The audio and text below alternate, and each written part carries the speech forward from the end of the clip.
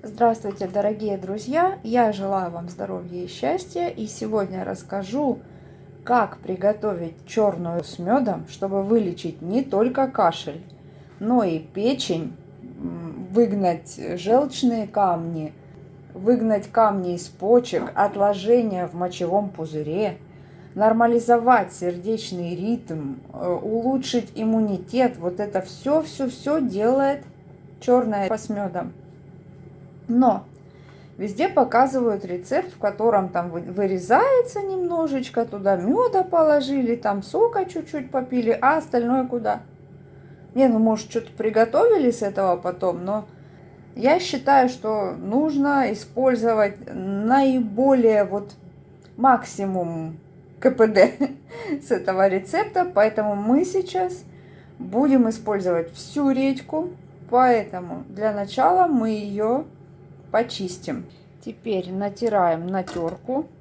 Такой. Теперь добавляем сюда мед. Мед не жидкий у меня, гречишный. Ну, как раз тут тоже сок не сразу образовался. С медом смешаем, будет выделяться сок. И как раз и мед растворится, и сок выделится. Теперь перекладываем вот это в баночку. Ну, вот пока перемешиваешь, уже прямо видно, как сок образуется. Ну, сок уже выделился. Вот так вот можно ложечкой брать и пить.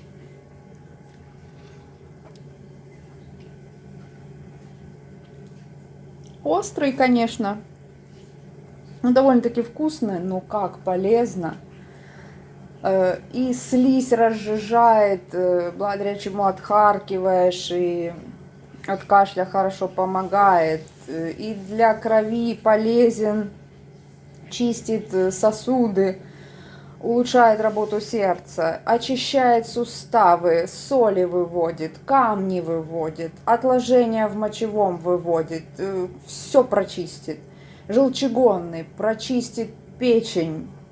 Короче, прямо чудо из чудес. Смотрите в описании видео, что и как лечить.